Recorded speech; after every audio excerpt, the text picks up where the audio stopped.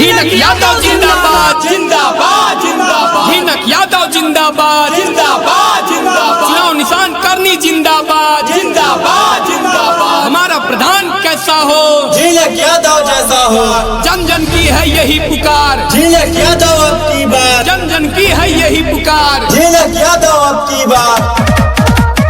अमरपुर में उठल वाला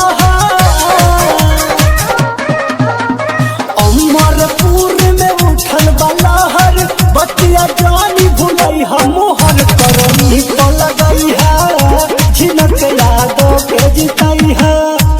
अमरपुर में बाटे सबसे चाचा ईमानदार हो,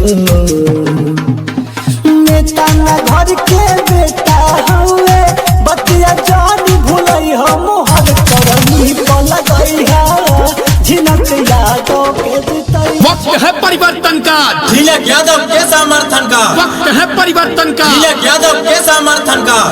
जी हाँ, आप सभी झीनक यादव को इनके चुनाव चिन्ह करनी करनी करनी पर अपना मोहर लगाकर भारी से भारी मतों से झीनक यादव को विजयी बनाएं।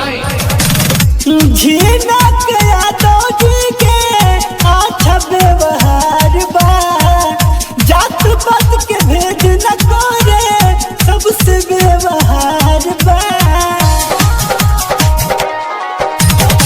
झीनक यादव जी के अच्छा व्यवहार बा, जात पात के भेद न करे सबसे व्यवहार बा।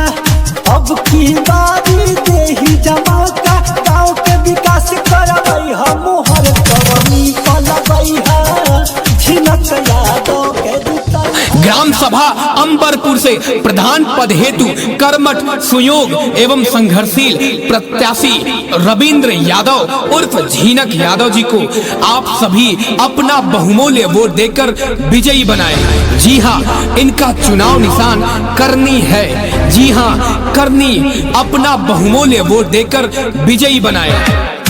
गुजरता घर घर झीनक यादव जी के नारा, दे दी वोट चाचा हो जाई सहारा।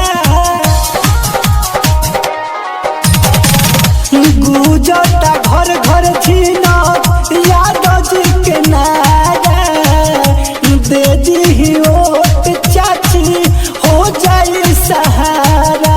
श्रीकांत ने ही सोनू किस जब के लाज बतई हम हर करनी पलगई है, झीनक यादव के जितई है।